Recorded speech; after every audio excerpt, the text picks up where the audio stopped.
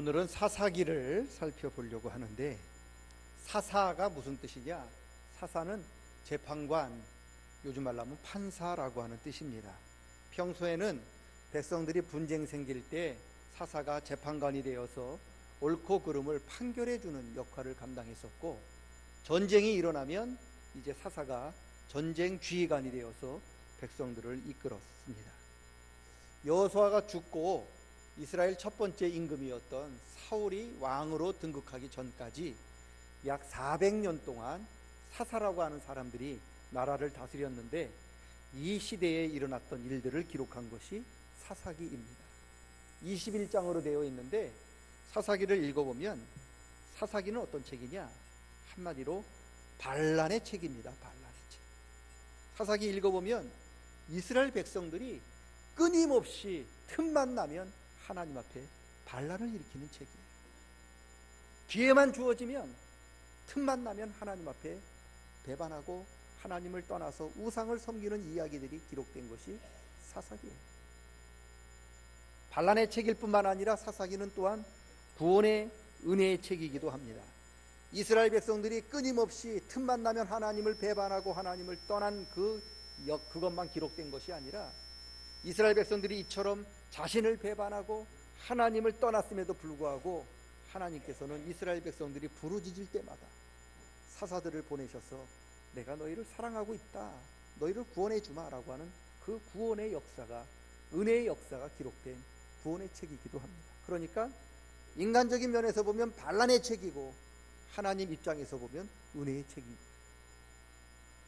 여러분, 이렇게 반란과 이 구원의 역사가 사사기에 계속 뒹굴뒹굴 반복해서 7번 나타나고 있습니다. 제일 먼저는 이스라엘 백성들이 하나님을 배반하고 하나님을 떠나서 우상을 섬기는 이야기가 등장을 해요. 이게 첫 번째죠. 두 번째 단계에서는 이런 우상 숭배에 대해서 하나님이 화가 나셔서 주위에 있는 이방 나라들을 들으셔서 심판으로 이스라엘을 때리십니다. 어떠다가는 가나안 족속이, 어떠다가는 주위에 있는 암몬 족속이 이스라엘 백성들을 30년 50년 동안 박해하고 핍박을 하죠. 그러면 세 번째 단계에 30년 동안 20년 동안 주위의 나라에 핍박받고 억압받았던 이스라엘 백성들이 그제서 자기 죄를 깨닫죠. 아이고, 내가 잘못했구나, 하나님 죄송합니다, 용서해 주시고 우리를 구원해 주십시오. 그렇게 탄식하며 기도합니다. 이게 회개 세 번째죠. 그러면 마지막으로 이스라엘 백성들의 이런 탄식을 들으시고 하나님께서 때로는 삼손을, 때로는 드보라를, 때로는 기드온을 보내셔서 이방 나라로부터 이스라엘 백성들을 구원하는 이야기가 바로 사사기에 있습니다. 이스라엘 백성들이 범죄, 하나님의 심판, 이스라엘 백성들의 회개, 하나님의 구원, 이런 반복된 이야기가 7번 그렇게 반복해서 계속해서 나타나고 있습니다. 이게 사사기에서 끝나느냐?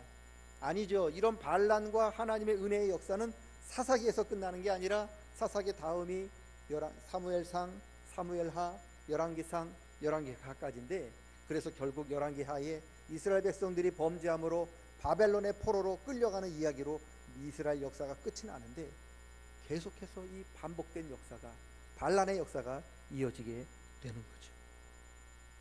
가나안 땅에 정착한 이후로 이스라엘 백성들이 바벨론의 포로로 끌려갈 때까지 이스라엘 역사가 1000년이었는데, 이 이스라엘 1000년의 역사는 반란의 역사인 거예요. 틈만 나면 하나님 앞에 반란하고, 틈만 나면 하나님을 배반하고, 틈만 나면 하나님을 버리고 우상을 숭배했던 역사가 이스라엘 1000년의 역사였어요. 결국 여러분, 바벨론의 포로로 끌려가게 되는 거죠. 그 반란의 시작이 바로 사사기에서 시작이 됩니다. 그래서 사사기는 반란의 시작인 동시에 반란의 뿌리입니다. 사사기에서만 이미 말씀드린 대로 이스라엘 백성들이 하나님을 배반하는 그런 일들이 7번 나타나요. 우상을 떠나서, 아니 하나님을 떠나고 하나님을 버리고 우상을 섬기는 모습이 나타납니다. 이 배반의 역사, 이게 사사기입니다. 배반이 왜 중요하냐? 단테라고 하는 사람이 쓴 신곡이라고 하는 소설이 하나 있는데, 그 사람은 지옥이 18층까지 되어 있대요. 지옥이 18층. 지하 18층이죠. 지하 18층으로 되어 있는데 죄를 조금 진 사람은 지하 1층, 죄를 조금 더 지은 사람은 지하 2층. 그러니까 죄가 무거울수록 지하로 내려가는데 지옥 18층 맨 밑바닥에는 그러면 누가 있느냐 들여다봤더니 주님을 배반한 가룟 유다와 또 세상에서 서로 배신하고 배반한 사람들이 지하 18층 지옥 가장 밑바닥에 있다고 이야기를 합니다. 배반이 배신이 큰 죄다 그렇게 이야기하는 거죠. 배반이 큰 죄예요. 하나님 배신하는 것이 죄 중에 가장 큰 죄입니다. 문제는 바울 사도가 디모데에게 편지를 쓰면서 아들 디모데야 말세에 이런 징조가 나타날 건데 하면서 말세의 징조를 말씀하고 있는데 그 중에 하나가 말세에는 사람들이 배반한다. 하나님을 배반하고 바로 옆에 있는 이웃을 배반하는 일들이 나타난다. 그렇게 경고하고 있다는 거예요. 여러분 서로 배신을 하고 배반을 함으로 서로를 믿지 못해요. 서로 신뢰가 다 깨지는 거예요. 남편이 아내 안 믿어요. 아내도 남편 믿지 못해요. 이게 오늘 요즘 세대예요. 왜 이혼이 이렇게 많아집니까? 믿지 못하기 때문이잖아요. 여러분 자녀들이 부모를 안 믿습니다. 부모들이 또 자녀를 믿지 않아요. 성도들이 목사를 믿지 않습니다. 목사도 성도들에게 신뢰를 두지 않아요. 국민들이 지도자들을 믿지 않습니다. 지도자들도 국민들을 신뢰하지 않습니다. 이게 우리가 사는 사회예요. 더 나아가서 성도들이 더 이상 하나님 믿지 않아요. 하나님 말씀 진짜라고 믿을 만하다고 신뢰하지 않습니다. 그렇기 때문에 지금이 말세인 거예요. 사사기가 왜 중요하냐? 사사기에는 왜 이스라엘 백성들이 하나님을 배반하고 하나님을 떠나서 우상으로 갈 수밖에 없는가? 그 이유가 나타납니다. 사사기가 왜 중요하냐? 사사기는 오늘 저와 여러분이 왜 하나님을 배반하고 하나님을 떠나서 다시 옛생활로 다시 세상으로 돌아갈 수밖에 없는가? 자꾸만 돌아가라고 하는가? 그 이유가 사사기에 나타나고 있어요. 이스라엘 백성들이 하나님을 배반하고 우상에게로 나간 이유가 뭘까요? 우리들이 하나님을 배반하고 다시 세상으로 가려고 하는 이유가 뭘까요? 그 이유는, 가장 큰 이유는 하나님의 은혜를 잊어버렸기 때문에. 배은 망덕이라고 하잖아요. 배은 망덕. 은혜를 잊어버리면 저절로 배반이 오는 거예요. 우리가 은혜를 잊어버리면 당연히 그 사람을 배반하는 일이 나타나게 된다는 거예요. 그래서 2장 10절이 굉장히 중요합니다. 왜요? 2장 10절 보면 이스라엘 백성들이 하나님을 배반하고 왜 우상에게로 나아간 그 이유가 분명하게 나타나고 있습니다. 2장 10절 한번 다 함께 읽어보겠습니다. 2장 10절 읽겠습니다. 그 세대의 사람도 다 그 조상에게로 돌아갔고 일어난 다른 세대는 여호와를 알지 못하며 여호와께서 이스라엘을 위하여 행하신 일도 알지 못하였더라. 아멘. 후에 일어난 세대가 여호와를 알지 못했고 하나님께서 행하신 놀라운 일도 알지 못했다. 이게 무슨 뜻입니까? 하나님께서 그들에게 베풀어 주셨던 은혜를 잊어버렸다는 거잖아요. 하나님의 은혜를 잊어버렸다는 거잖아요. 400년 동안 애굽에서 종살이하던 노예로 살던 그들을 구해내 주신 그 은혜, 가나안 땅으로 인도해서 하나님께서 그들과 친히 싸우셔서 이스라엘 백성으로 하여금 가나안 땅을 정복하도록 도와주셨던 그 엄청난 큰 은혜, 그 은혜를 다 잊어버렸다는 거죠. 이스라엘 백성들이 하나님이 베풀어 주셨던, 자기들이 받았던, 하나님께 받았던 은혜를 잊어버리니까 그 다음에 저절로 무슨 일이 나옵니까? 하나님을 배반하죠. 하나님을 떠나는 게 당연한 거죠. 하나님을 배반하고 은혜를 잊어버리니까 그 다음 당연히 11절, 12절, 13절이 나오는 거예요. 11절, 12절, 13절 하나님의 은혜를 잊어버리니까 이스라엘 백성들이 무슨 일을 했는지 11절부터 한번 또 읽어보도록 하겠습니다. 11절부터 13절. 이스라엘 자손이 여호와의 목전에 악을 행하여 바알을 섬기며 애굽 땅에서 그들을 인도하여 내신 그들의 조상들의 하나님 여호와를 버리고 다른 신들 곧 그들의 주위에 있는 백성의 신을 따라 그들에게 절하여 여호와를 진노하시게 하였으되 곧 그들이 여호와를 버리고 바알과 아스타롯을 섬겼으므로. 아멘. 은혜를 잊어버리면 당연히 하나님을 버리고 배반하게 됩니다. 은혜를 버리면 당연히 하나님 말씀을 더 이상 귀담아 듣지 않습니다. 하나님 말씀 따라 살지 않고 자기 소견에 옳은 대로 우상을 따라 살아가게 되는 거예요. 하나님의 은혜를 기억했던 여호수아 시대는 끝까지 하나님 믿음 안에 거했어요. 반면에 하나님의 은혜를 잊어버렸던 사사 시대는 당연히 하나님 버리고 우상에게로 갈 수밖에 없었던 거죠. 그 차이가 뭐냐? 은혜였어요. 은혜를 잊었느냐? 잊지 않았느냐. 그래서 은혜를 기억하는 게 굉장히 중요합니다. 은혜를 잊어버리는 게 죄의 시작입니다. 여러분, 우리가 누구든지 은혜를 잊어버리면 저절로 하나님을 배반하게 되어 있어요. 저절로 우상을 따라가게 되어 있습니다. 나는 아니야. 아니요. 누구든지 저를 비롯한 누구든지 하나님께서 우리에게 베풀어 주시는 은혜를 잊어버리는 순간 우리는 하나님으로부터 등을 돌리게 되어 있어요. 그게 우리 인간이에요. 그래서 은혜를 기억하고 잊지 않는 것이 굉장히 중요해요. 아담과 하와가 왜 선악과를 따먹었나요? 아담과 하와에게 그동안 베풀어 주셨던 하나님의 은혜를 그들이 잊었기 때문에 그렇죠. 하나님을 잊으니까, 은혜를 잊으니까 하나님 배반하고 하나님 말씀 안 듣고 결국 하지 말라는 일을 하게 된 거죠.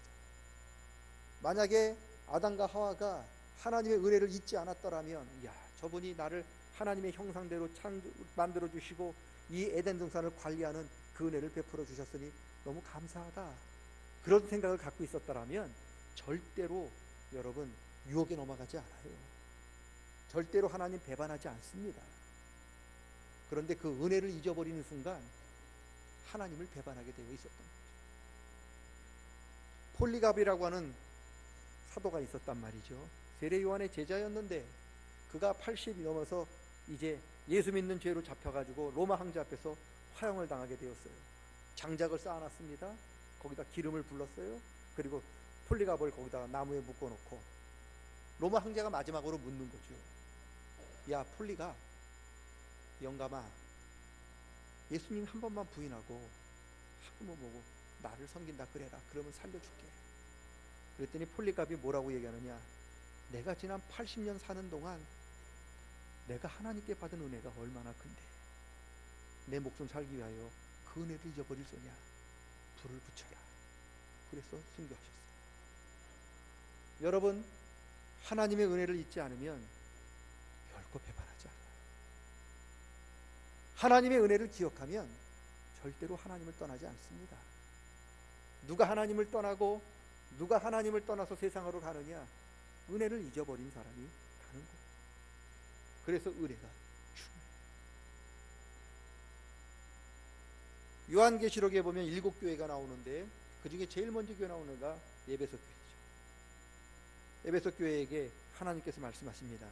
야, 에베소 교회, 내가 너의 수고와 행위와 인내를 잘 알고 있다. 그리고 너희가 믿음을 지키기 위하여 악한 사람들과 열심히 싸운 것도 내가 알고, 네가 믿음 지키기 위하여 인내하고 참고 견디고 게으르지 않은 거 내가 잘 알고 있다. 잘했다. 그런데 내가 너를 책망할 것이 하나 있는데, 너 나한테 받은 첫 은혜, 그 은혜 잃어버렸다. 그 은혜 찾아라. 네가 만약 은혜를 찾지 못하면, 그 처음 사랑을 찾지 못하면 내가 가서 그 교회 문을 닫아버리겠다. 여러분, 에베소 교회는요, 주님 지키기 위해서, 교회 지키기 위해서 최선을 다한 교회예요. 정말로 헌신했고요, 정말로 자기의 수고를 다 한 교회가 에베소 교회예요. 그 옆에 5만 명이 들어가는 아담의 신전이 있는 교회 개척교회였어요. 그 개척교회가 그 이방 신전에 지지 않기 위해서 얼마나 노력하고 발버둥 쳤는지 몰라요. 그런데 오늘 하나님께서 뭐라고 그러느냐, 은혜를 다시 회복하지 않으면 네가 지금까지 쌓아 올렸던 수고한 모든 것들 그 교회 문 닫아 버리겠다. 은혜가 얼마나 중요하면, 은혜를 기억하는 게 얼마나 중요하면 지금까지 수고해왔던 그 헌신과 수고 그 문 닫아 버리겠다고 하잖아요. 왜 그렇습니까? 아십니까?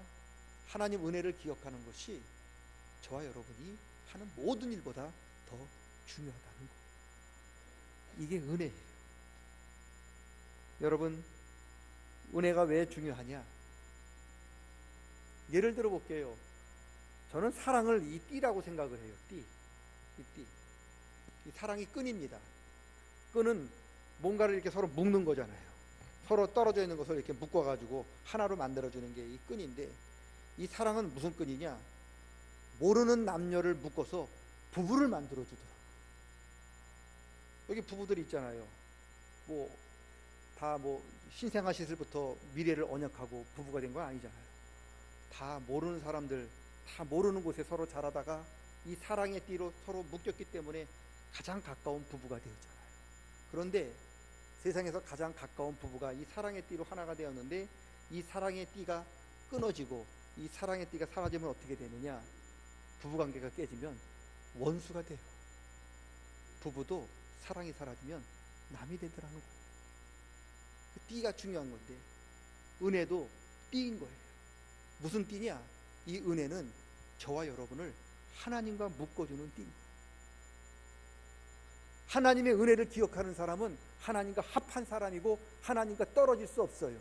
그런데 은혜의 줄이 끊어지고 은혜의 끈이 사라지면 우리는 하나님으로부터 떨어지게 되는 거지요. 하나님으로부터 떨어지면 우리는 어디로 갑니까? 당연히 우상에게로 간다는 거죠. 이스라엘 백성들이 왜 하나님을 배반해서 우상에게로 갔느냐? 그들이 은혜를 잊어버렸기 때문에. 그래서 은혜가 중요합니다. 하나님께서 에베소 교회에게 은혜를 회복하라고 강조하신 이유는, 지금 에베소 교회가 최선을 다해서 교회를 섬기고 있지만 은혜를 회복하지 못하면 그들도 사사기에 나타나는 이스라엘 백성들처럼 곧 하나님 버리고 우상에게로, 세상에게로 돌아갈 것을 하나님이 너무나 잘 알고 계셨기 때문에 그렇습니다. 에베소 교회의 반대가 바울이잖아요. 여러분, 바울 사도가 그 모진 고난과 박해 속에서도 하나님의 사역, 하나님의 그 사역을 끝까지 포기하지 않고 감당할 수 있었던 비결은 뭡니까? 은혜인 거죠. 바울은요, 자기같이 참 교회를 박해하고 교회를 핍박했던 죄수 중에 괴수 같은 자기를 하나님께서 사도로 부르신 그 은혜를 평생 기억했다. 나는 죄인 중에 괴수인데 하나님의 은혜로 이 자리에 있다라고 하는 것을 바울이 죽을 때까지 고백해요.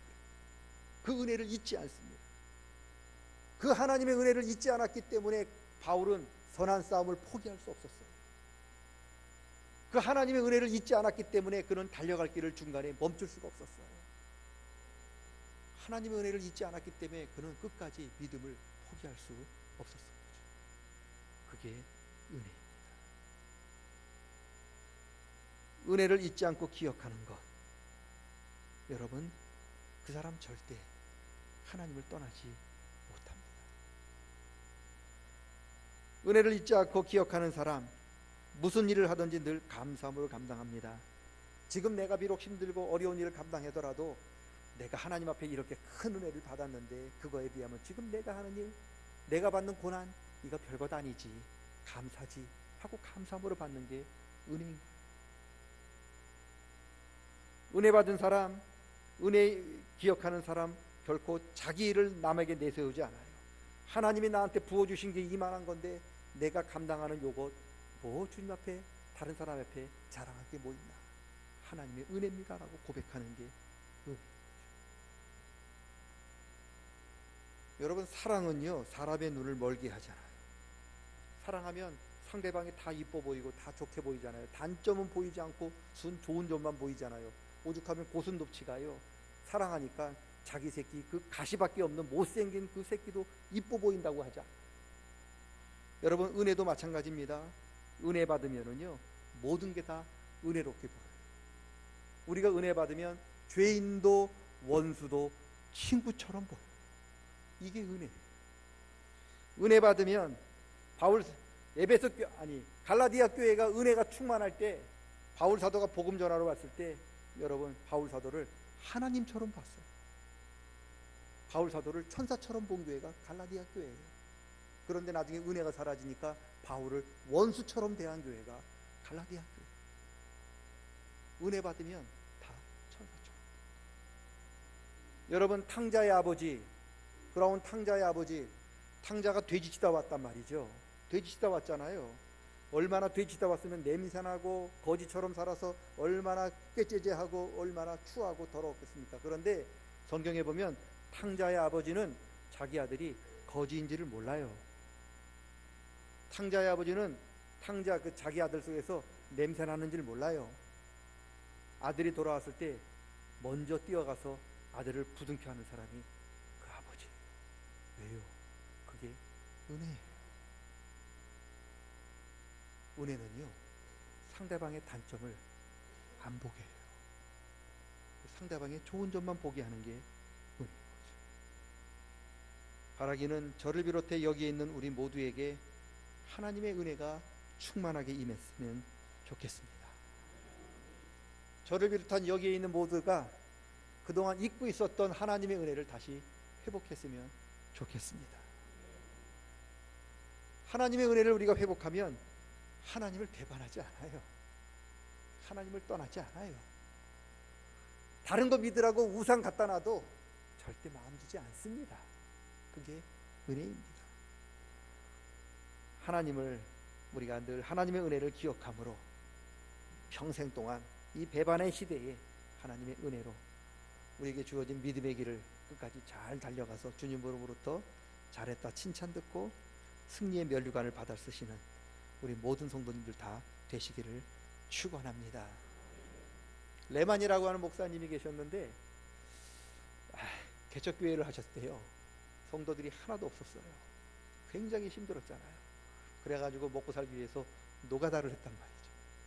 노가다를 가서 하셔야 되는데, 이게 부인이 이제 도시락을 싸기 위해서 노가다를 하는데 앉아가지고 탄식을 했답니다. 하나님, 나를 주의 종으로 불러놓고 성도들은 하나도 보내주지 아니하시고 노가다가 이게 웬 말입니까? 눈물을 흘리고 탄식하면서 도시락을 이렇게 먹는데 부인이 거기다가 시를, 남편이 너무너무 고생하고 힘들어하는 걸 너무 아니까 거기다가 도시락에다가 샌드위치에다가 시를 하나 적어줬는데, 유대인들이 이렇게 전해내오던 시를 써줬는데 그 시의 제목이 그렇대요.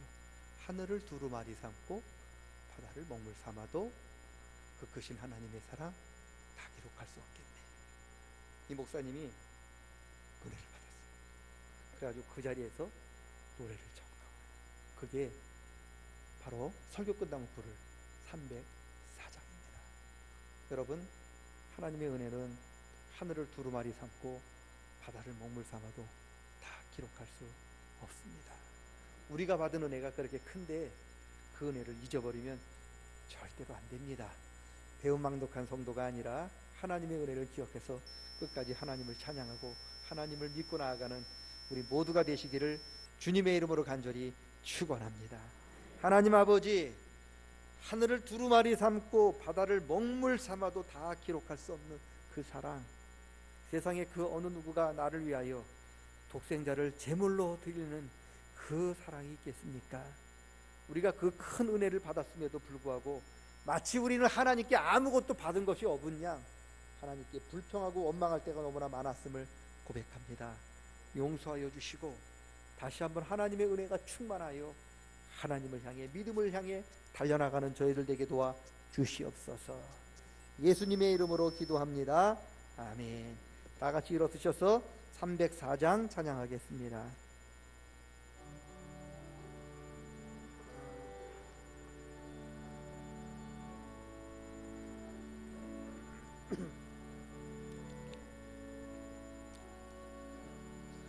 그 크신 하나님의 사랑 말로 다여 영원하네.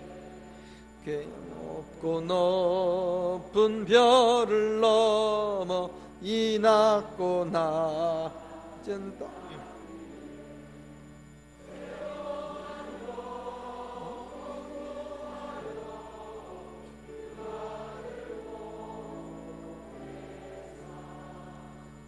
목재물 삼으시고 죄 용서하셨네. 하나님 크신 사랑은 증량다 못하네. 영원히 변치 않는 사랑 성도여 찬양하멘. 괴로운 시절 지나가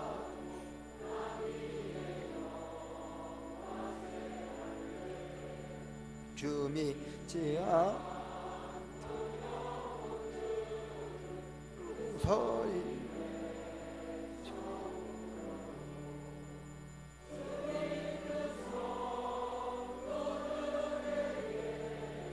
큰 사랑해 부사 우리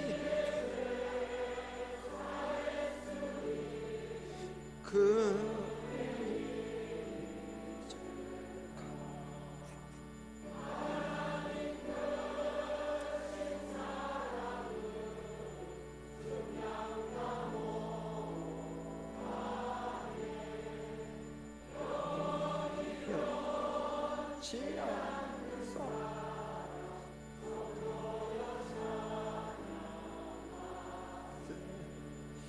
하늘을 두루마리 쌓고 바다를 삼아도 한없는 하늘에서 다 기록할 수 없겠네. 하나님의 크신 사랑 그 어찌 닿았을까. 저하늘로 비싸도 채우지 못하리. 하나님 크신 사랑은 증량다 못하네. 영원히 변치 않는 사랑 성도여 찬양하세. 앉으셔서 준비하신 예물 드리겠습니다.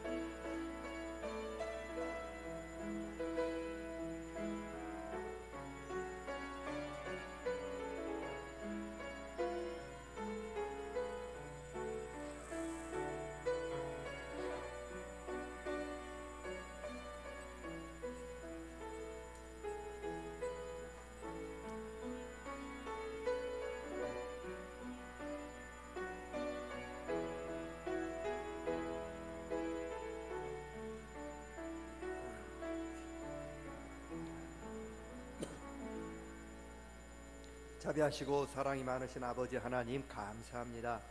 주님의 백성들 하나님 앞에 나올 때 빈손으로 오지 아니하고 하나님께서 우리에게 은혜 베풀어 주신 것을 기억하면서 감사하는 마음으로 주님 앞에 예물을 구별하여 드렸습니다.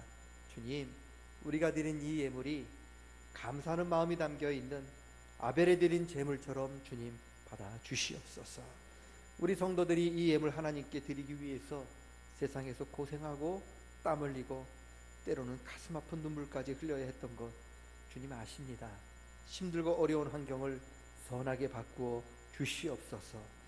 11조를 드리는 성도들 11조에 관한 하나님 약속 이루어짐을 체험토록 도와주시고, 감사하는 성도들 날마다 감사하는 일이 넘치게 도와주시옵소서. 주차장 부지 헌금과 성전 건축 헌금을 드리는 성도들에게 삶의 지경과 기도의 지경을 넓혀주시며 선교 헌금을 드립니다. 해외 선교, 병원 선교, 구역 선교 헌금도 드립니다. 하나님, 작지만 주님 앞에 드려진 오병이어처럼 풍성한 열매가 나타나도록 주님 은혜 베풀어 주시옵소서. 주님 앞에 드리고 싶지만 손이 비어 드리지 못하는 안타까운 심령이 있다면 그들의 마음을 제물 받아 주시옵소서. 예수님의 이름으로 기도드리옵나이다. 아멘. 교회 생활을 안내해 드리겠습니다. 주보를 참고해 주시기 바랍니다. 오늘 기간 원례가 있습니다. 보이시고 이렇게 보고서 제출해 주시고 바라고요. 교육위원회 수요 예배 후에 모이겠고, 다음 주 찬양 예배는 제1남성교회가 에바다 교회와 함께 헌신 예배로 드리겠습니다. 우리 김정남 목사님 말씀 전해 주시겠습니다. 기도로 준비해 주시기 바라고요. 돌아오는 금토 우리 유년부, 초등부, 소년부, 초등학교 1, 2, 3, 4, 5, 6학년, 그 다음에 중등부, 고등부 수련회가 우리 교회에서 노블렛 유스 호스텔에서 있습니다. 기도해 주시고 이렇게 또 도와주시기를 부탁드리겠습니다. 문화교실 신청 계속 받고 있고요. 성경 통독 계속 해 주시기를 바랍니다. 우리 고춘자 권사님 우리 병원에 입원해 계십니다. 위에서 기도해 주시고요. 성당 꽃꽂이, 영화부 도움, 우리 에베네셀 찬양단 담보, 식당 또 여러 도움 주신 모든 분들에게 진심으로 감사드리고, 우리 성도님들이 많이 기도해 주셔서 우리 6월 28일부터 7월 20일까지 말레이시아 우리 7명의 청년들이 단기 선교를 갔다 왔는데 어저께 잘 도착해서 오늘 예배 잘 드리고 있습니다. 어저께 태풍이 와가지고 어저께 올까 또 못 오는 거 아닌가 걱정했는데 여러분들 기도해 주시니까 태풍도 물러간 줄로 우리가 믿고, 하여튼 정말로 기도해 주셔서 고맙습니다. 우리 하나님의 은혜가 함께 하시기 바랍니다. 이 시간에는 우리 교회 처음 등록하신 분을 우리 환영하는 시간 갖도록 하겠습니다. 우리 김봉희 우리 어르신이 이렇게 교우님이 인도해 오신 김미경 교우님 한번 자리에서 예, 진심으로 축복하고 환영합니다. 우리 목사인 저를 비롯해서 우리 성도님들이 우리 김미경 교우님 저희 교회 잘 정착해서 열매 맺을 수 있도록 우리 기도하고 노력하도록 하겠습니다. 우리 김봉희 교우님은 석 달 전에 저희 교회 등록한 새신자인데 새신자가 새신자를 인도해 오셨습니다. 진심으로 또 감사드립니다. 우리 이분 김미경 교우님 환영하는 축복송, 성도님은